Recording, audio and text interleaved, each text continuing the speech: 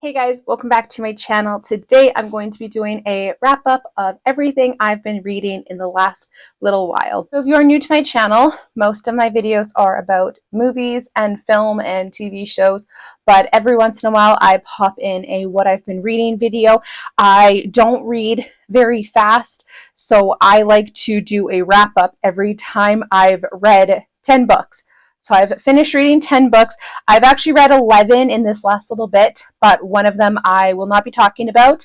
Not going to get into that or why I'm not going to be talking about it or anything, but I've read 11, but I'm going to talk about 10. So I'm just going to warn you right off the bat. I have a few books in this particular video where I am going to be ranting. 5 out of the 10 books I've read that I'm going to be talking about, I gave 1 star to, and 3 I actually DNF'd because I just will get into it. So if you're not here to hear me rant about things, then I guess wait till my next video. I do have a couple books in this video that I did really enjoy. The highest rating I have in this chunk of books was 4 stars. I do have a few that I very hated. Like, I've literally told people don't read these books, and I've gone on 2 tangents of why I hated these particular books. But anyway, let's just get started because I have a lot to say. I already know. So the very first book, and probably the best book in the whole 10 books of this video, was the book Lights Out by Nevessa Allen. So a friend of mine recommended this book to me. Her and I both love us some smutty books, so she recommended this to me. I've seen this book over TikTok. I've seen this book talked about on YouTube, but I've never actually watched any of those TikToks or YouTube videos talking about this book, so I actually had no idea what it was even about going into it, but I really trusted my one friend's opinion on it, and I really enjoyed this book. What I really liked about this book is that, I thought the smut scenes were pretty good. It is considered a dark romance. However, what I also liked about it, and this is coming from someone who does not read dark romances whatsoever, but even this being a dark romance, what I did like about this was that there was full consent the whole way through. Like, even the beginning, there were certain things that people could say weren't consensual or were crossing a line, but everything that the male main character did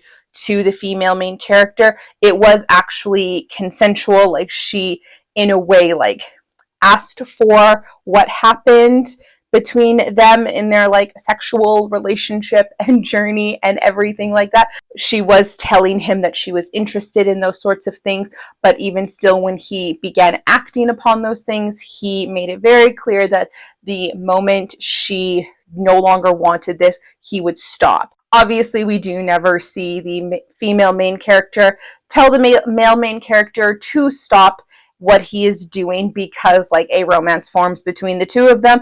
But just from the description of the male main character and the way he seems to be, I would like to trust that if she had said no, he would have listened to her, but that's just my opinion. I thought he was a really cool male character. Anyway, Lights Out, what is it about? I always dive into these things without actually giving a synopsis or anything, but Lights Out, what's it about? It is about a nurse named Allie, and she has certain kinks and stuff like that, and she sort of starts a relationship with this person who she doesn't even quite know. Stuff happens between the two of them, and they pursue this relationship, and then other things happen in the story that actually make this an interesting story and not just lots and lots and lots of sex. Lots of things happen in this book. There are a lot of sex scenes in this book, but there's also a lot of plot in this book. So I really enjoyed this book.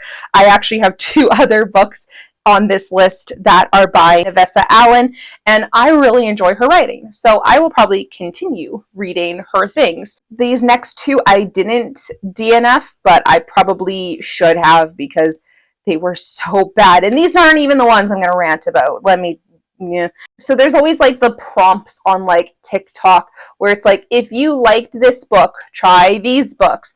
Or in this case, for me, it was like, if you like this trope in romance books, try these books. So for these two books in particular, the video I saw was, if you like the trope of villain loves the girl and changes for her kind of a deal, you might enjoy these books. And I was kind of interested in that because Lights Out was kind of that trope, not fully, but kind of.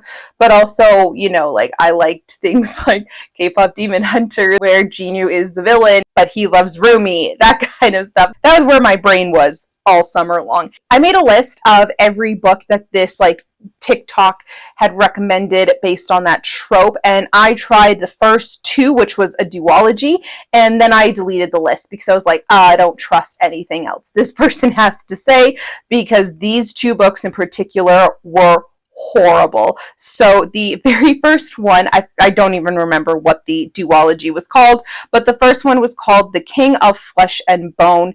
It was so bad. I wrote down here that I gave it 2 stars. That's very generous, Jody. No, this is 1 star. I hated this book. I hated it. Where Jinwoo in the K-pop Demon Hunters is kind of like conflicted with what he is trying to accomplish, but also his love for Rumi. The main male character in this is just a straight up horrible person. He was so awful and terrible. And like, these books I would consider dark romance, especially the first one, because he does a lot of non-consensual things to the female main character that I was just not on board for. And like, within like the first like few chapters, like the first few chapters that the two of them are together, like I can't even tell you what these books were about, because I just don't, I think I blocked it all from my brain because I did not like these books. And also one thing, Lights Out had a shit ton of trigger warnings, which not a lot of things trigger me, but I appreciate a trigger list because I do know people who have things that they just cannot read about or watch or whatever. And I will give Nevessa Allen props for her trigger warnings between this book and then another book I read by her. Like, she lists any possible thing. Literally, if it's like, they mention in the book that the character had to put his dog down when he was like 7 years old. One of the triggers is off-page death of an animal. Like, she puts everything. And this book, King of Flesh and Bone, no triggers whatsoever. And yeah, I should have DNF'd the first book, but I don't know why I decided to continue on to the second book, which was Queen of Rotten Pain, which was even worse. These books were so bad. At least in Queen of Rotten Pain, the characters actually kind of liked each other. Suddenly, I don't know how she fell in love with him, and it was just badly written. Also, like, there was certain things that I had to rewind and re-listen to because I was like, did I miss something? Because in the book they would be talking about how that they're traveling through the woods to get to a town, to whatever, and then halfway through traveling through the woods they stop to have sex on a couch, and it's like, where did this couch come from? And I had to rewind to be like, wait, did I miss something? Did they get to an inn? Like, where are they? But no, like, as many times as I rewound and tried to understand what was going on, I was like, nope, there's just suddenly a couch conveniently in the woods for them to bang on. Cool, that makes sense. Also, the female main character, just the way she was in the first book in comparison to the second book, she completely changes everything about herself, again, for this terrible male character who she for some reason is now in love with. And there was a whole side plot with like a guy, I think was like the male main character's brother or something. I don't know. I don't remember. And I'm literally just thinking of that now as I'm talking. But these books are terrible. They made no sense. I did not like them. That wasn't even my rant. You just wait till I get to my rant. I have a whole thing typed out so I don't forget anything. Then another Nevessa Allen book. I read the book Kings of Kearney. This one I gave 2.5 stars to. I definitely liked Lights Out better. I liked the side plot in Lights Out better. This book follows, I forget the names, but this book follows two characters, female and male character.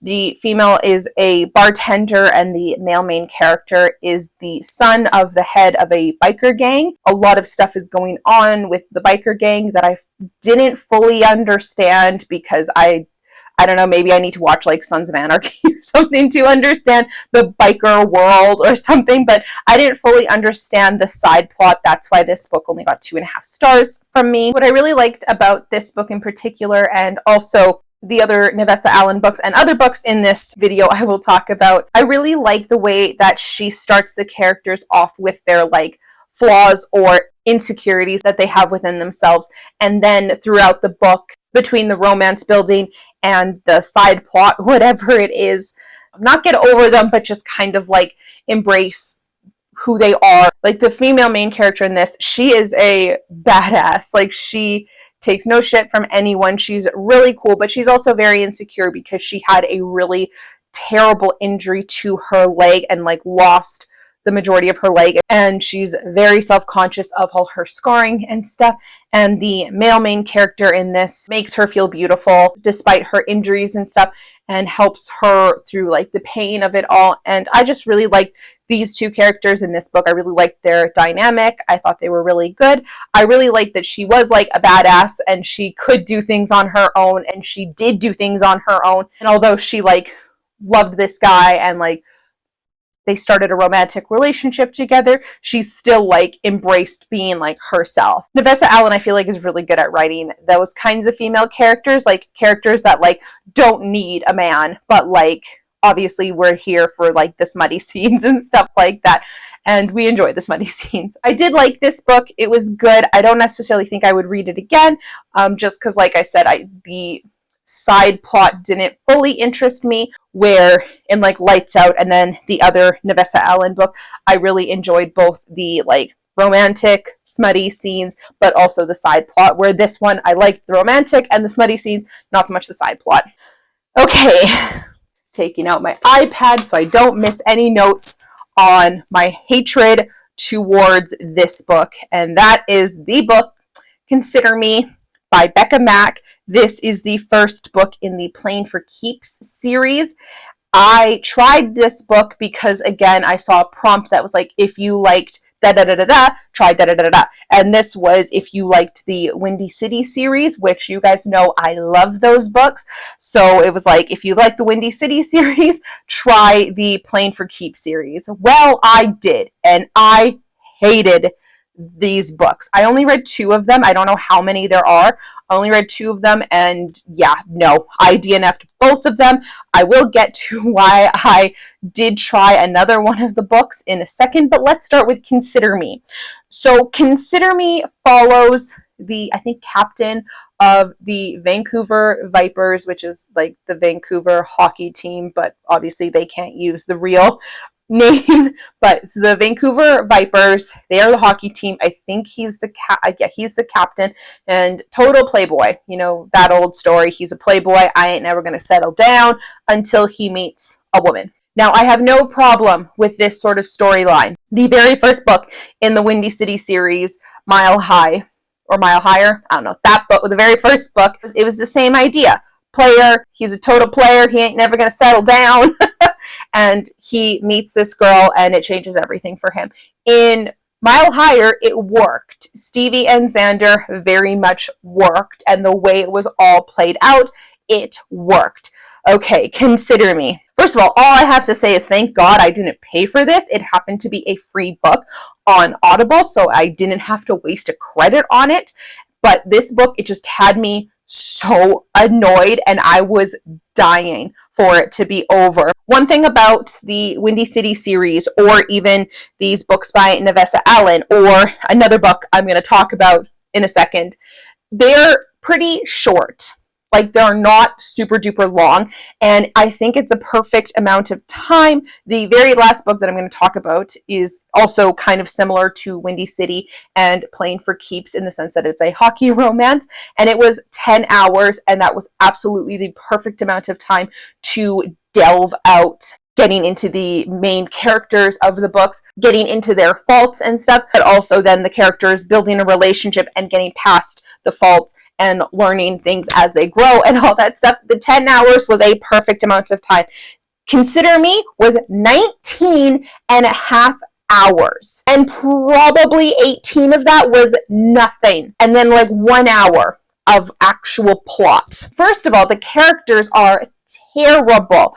I was considering continuing on the series, as I said, but even with like the little tiny bits we get of like other characters that the further books are going to delve into, I knew I would not enjoy any of those books. So I did end up reading the third book. I did DNF it. I'll get into that in a second. But the reason I thought maybe I would enjoy that book was because listening to the first book, the only character at all in the first book that I actually thought was a good person and a good character was the character of Adam, who I looked ahead to see, and Adam was like the main male character of the third book. So I was like, I have no problem skipping the second book, and I'm glad I did skip the second book, and I just went on to the third book. I'll get into that in a second, but every single other character in this book I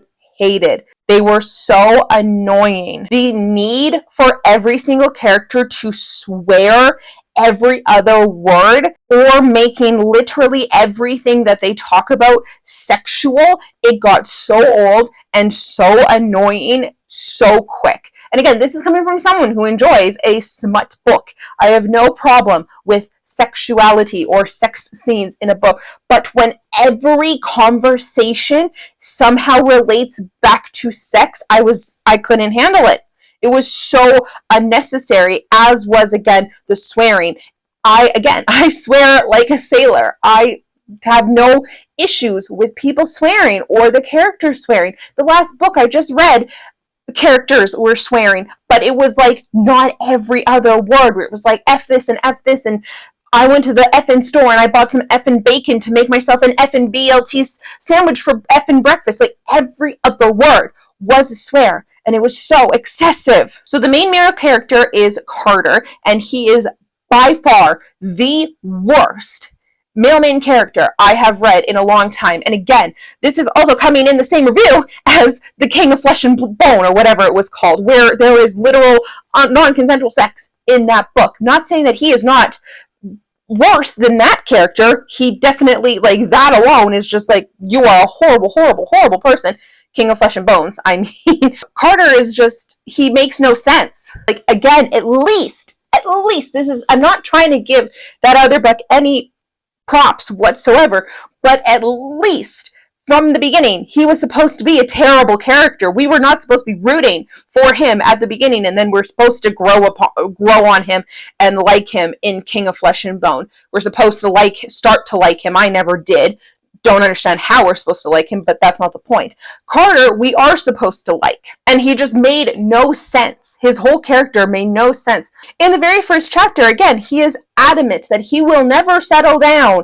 No woman is ever gonna, like, lock me in, and he is happily sleeping around with whoever he wants to, and he is very, very happy with that life, and that's great for him. If that's what he wants, great for him. Until literally in chapter 2, he meets the perfect woman, and all of a sudden everything changes, and he's instantly, I'm gonna marry this woman.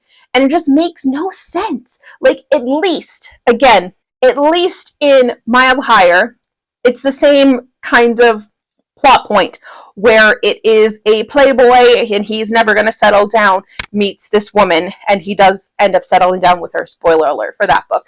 But the way it plays out in Mile Higher makes so much more sense, because when Xander is like flirting with Stevie and pursuing Stevie, at the same time, he is still sleeping with other women. Stevie is fully aware that he is doing that because he never tries to deny the fact that he is a playboy. He never tries to hide that from Stevie, and he looks at Stevie just like another person he wants to sleep with. He has no shame in that. And when the scene finally happens where Stevie and Xander like get together for the first time in the book, he's initially like with a bunch of women, but he kind of sees Stevie as like the ultimate goal. And does that make him kind of like a shitty person? Yes, but being with Stevie, and like he realizes like this is all he wants. Like he doesn't want to do the sleeping around anymore. He falls in love with Stevie, and it makes sense. Where Carter, he sleeps around, he loves his life, he's never going to settle down, but then meets, I forget her name. What is her name? Olivia. Carter meets Olivia and instantly is like, she's the only woman for me. I have to have her. There's no one else. Like, it makes no sense to his character that all of a sudden he is like, she's the one and I will change my ways, even before they like do anything together for the first time or anything. Like, it makes no sense to me. His whole character makes no sense. Literally, the only character trait that Carter has that is consistent throughout the first and third book that I ended up reading is that Carter loves Oreos. That's the only consistent character trait he has. Okay, so secondly, the plot. Nothing happens in these books. There is conflict, if you want to call it that, in the first like 4 hours of the book, and it is resolved literally 2 chapters later. And then we get probably about 15 hours of Carter and Olivia being so in love with each other, and it is just nauseating because like that's all there is just them being in love with one another. And it's just like, we get it. And again, this is why I prefer these books to be like a little bit shorter, because it just felt like so much unnecessary. I don't even want to call it plot, because nothing happens besides them being in love and having sex. And that is it. Similar again to King of Flesh and Bone, or whatever it was freaking called. There were scenes I had to rewind and re-listen to because I was like, again, did I miss something? Because 1 minute, Carter and Olivia are fishing together. They're on the lake and they're fishing together. And then they're driving home. But then all of a sudden, without the conversation somehow changing, like they're still talking about the same thing they were talking about while driving home from fishing. But all of a sudden, they're now sitting on Carter's porch talking about like nothing has changed. They're still talking, but now they're sitting on his porch. Oh, but don't forget to mention that Olivia is wearing a sundress and not wearing any underwear underneath the sundress. We can't forget that. So it's like, wait, so how did they get here? 1 second they were fishing, 1 second they were driving home, and now they're sitting on the porch and she's in a dress with no underwear. Like, thank you for making sure we're aware of what Olivia is wearing and essentially what she isn't wearing underneath those clothes. But how did we get here? It is so poorly written, in my opinion. It is so poorly written, and again, I had to rewind like 5 times certain points to be like, wait, how did we get here? Did I miss something? But no, just all of a sudden they're on his porch and she has no underwear on. So again, that all happens. It's 15 hours of that. Finally, with 2 hours left of this book, we finally get the conflict of the book where there's a big conflict and something, what's going to happen. And I kid you not, less than 2 chapters later, the conflict is resolved.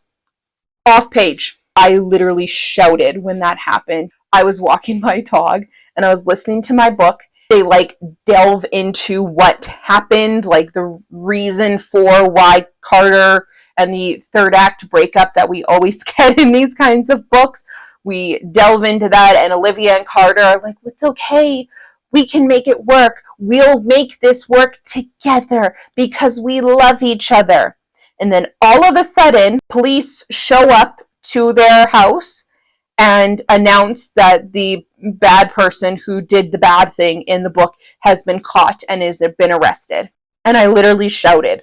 I literally was walking my dog and I literally went, what the fuck?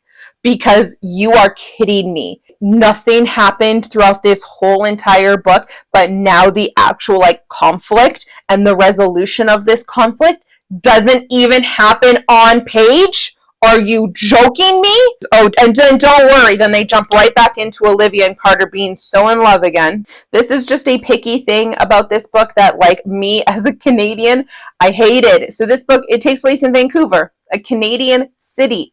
And the author is Canadian. But then she used Fahrenheit. Anytime they talked about temperature, which was a part of the book, because there was a part of the book where Olivia's furnace wasn't working in her house, so they kept talking about how cold her house was, and they kept saying, oh my goodness, your house is at 30 degrees. I'm like, that's not right.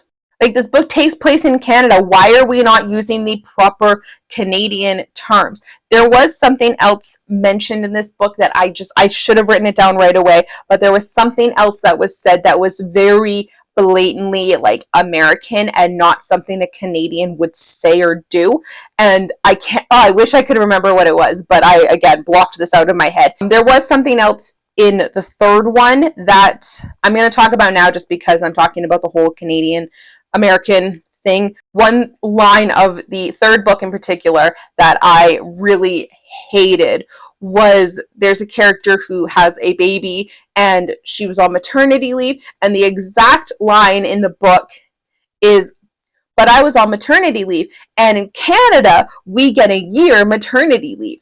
And I just thought that line was so dumb, because it was obviously like catering to like an American audience, where it was like Americans maybe don't know that in Canada a year is standard for maternity leave. So the way it was said, just like, and here in Canada we get a year of maternity leave, like, it almost made, I don't know, made me as a Canadian feel dumb reading that, because like, yeah, I know that. So it's like, I understand why it was said like that, but I don't know, I just thought it was stupid. It wouldn't have been so bad if this was like her internal monologue or anything like that, because again, even in the last book I'm going to talk about that also takes place in Canada, there is a line where the character says, I wanted to ask you to grad. And then internally, the female main character says it's essentially Canadian prom, because we don't really have proms here in Canada, and our grad is essentially our prom.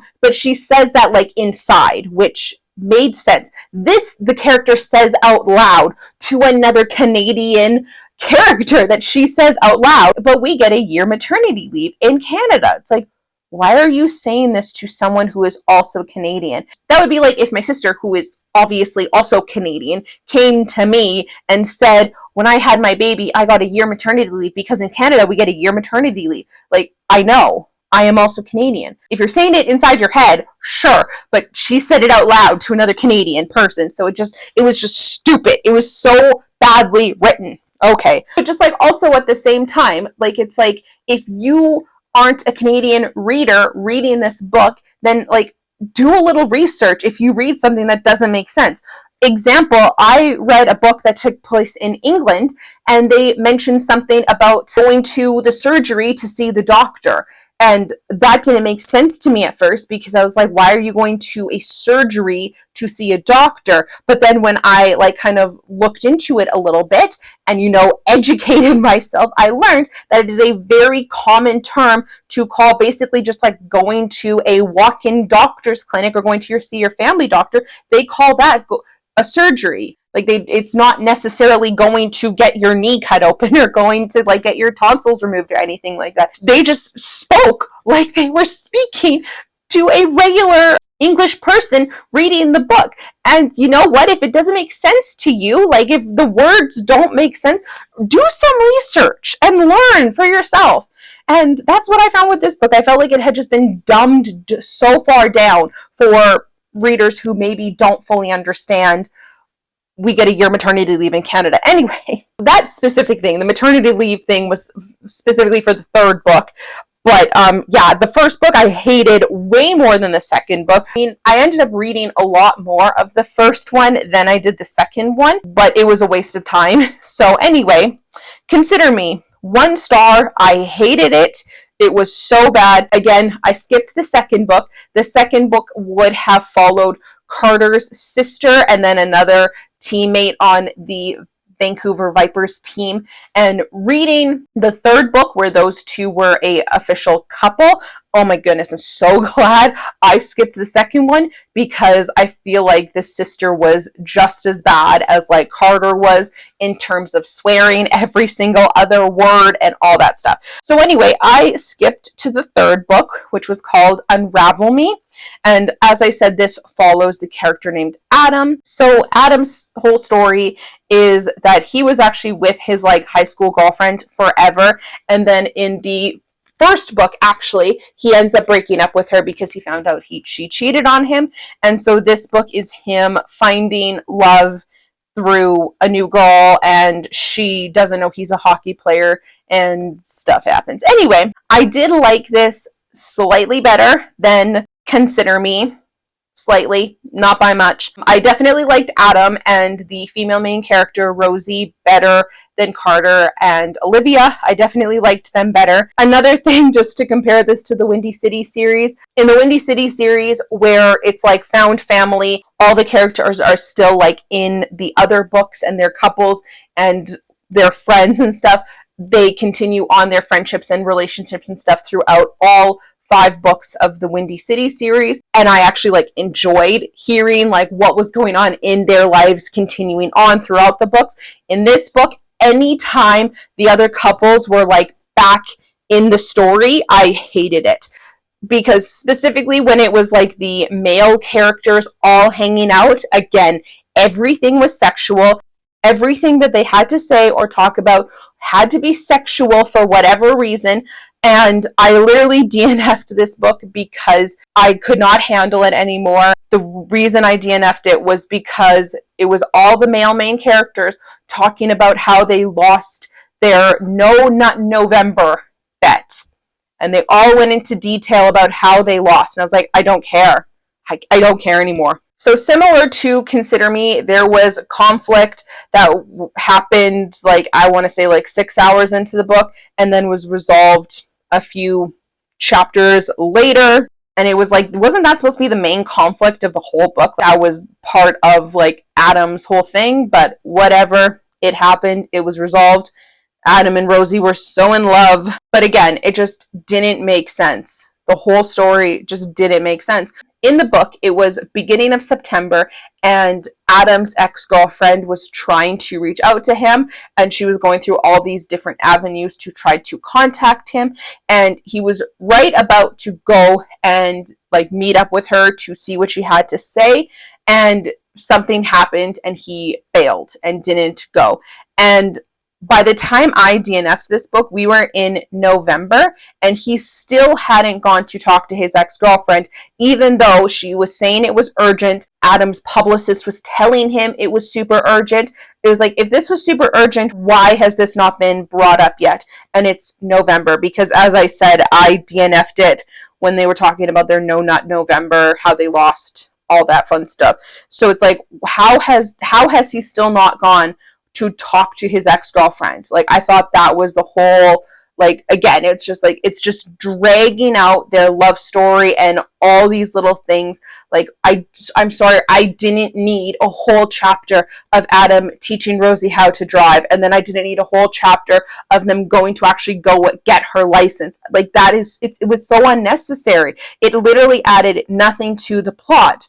And it's like the things that would have added to the plot, like possibly what happened with his ex-girlfriend, like that would have added to the plot. But I just couldn't handle it anymore, and I ended up DNFing because I didn't care anymore. Like, the only reason I was still hanging on in this book was because I wanted to know what this ex-girlfriend had to say. But again, after that whole No Nut November bet, I couldn't anymore. And I was like, I don't even care anymore. I'll just Google it. I actually haven't Googled it. I still don't know when it ended up happening with Adam's ex-girlfriend, but I didn't care anymore. I just didn't care. Like I said, the worst part of this book by far was just the interactions with all the friends. Like, everything had to be sexual, and just hearing everything that each character was saying. I'm so happy I ended up skipping the second book, because had I read the second book, I definitely would have just been so drained of this series to continue on to the third one. It was just so bad. And even like with Carter and Olivia, who we got to know so well, I want to say, in the first book. Everything about them in this book was different. Like, when did Carter start wearing dorky t-shirts that say, like, #1 dad or stuff like this? It was like he was not that kind of a person in the first book, but all of a sudden he's changed. The only personality trait, of course, that stuck was that he loves Oreos. That's the only thing that's made sense and was consistent about Carter throughout the books. So anyway, that was Consider Me and Unravel Me. I'm sure you can tell they were both 1 stars. I hated them both. I have not continued on with this series, and it is the one series that I tell people don't bother with. I hated these books so bad. And then needing a break from a very, what tried to be a very plot-heavy book, and I just needed something easy and simple. I found the book Soft Like Thunder. It was free on Audible. I gave it a try. This is the type of book that is like a good, like, smutty book, in my opinion, because this book was short. I think it was like either 6 or 8 hours long. It had the 2 characters. Each of them had like problems that they worked through and they resolved. And then there was good sex scenes in the book. I liked this book. I only gave it 3 out of 5 stars just because the story wasn't, like, I didn't love some of the characters and like what they did. They were way better than the other books, and at least their characters actually made sense. The female main character in Soft Like Thunder, her name is Helen. I really liked her character. I thought she was a very strong female character. My only issue with this book in particular was I didn't love how the male main character, I think his name was Theo. Yes, his name was Theo. I didn't like how he talked about strippers and sex work. He very much shamed the profession, mostly because he thought Helen was a stripper, and he basically was like, well, thank God you aren't. And I wasn't a fan of that. By the end of the book, he did like apologize for saying that, and he did like learn her reasonings for why she did what she did, but didn't like that. I didn't like that. And I wish it just would have mentioned things like sex work and stripping being okay, and it's a totally fine profession for women and men to be in. I did like this book. I definitely would continue on. It's not necessarily a series, but further books do follow other characters, and I kind of like looked ahead to see who it would be following.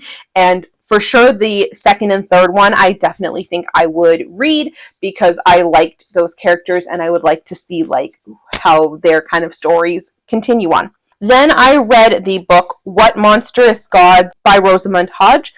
I read this because I heard it was a pretty good Raylo fanfic. I DNF'd it. I didn't really enjoy it. It was just very confusing for me. I really liked the beginning of the book. I thought like the world building was very interesting, but then as we got into learning more about all the different gods and stuff, it got very confusing for me because it was all these like really long fairy tale type names that I just didn't understand, and like I got so lost trying to understand who each god was and what they were talking about. They'd be like, oh, and then I prayed to so-and-so for whatever. And it's like, wait, who was so-and-so? What were they the god of? Like, it just got very confusing.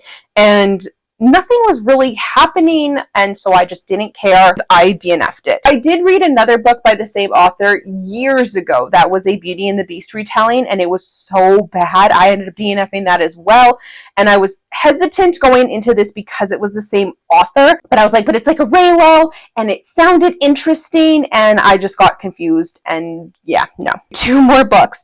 The next one was Caught Up by Nevessa Allen. This is the 2nd book in the, I don't know, Lights Out series. I don't know what the series is called, but it follows after Lights Out. It just follows a different couple. I didn't like this one as much as Lights Out. I still really liked the characters.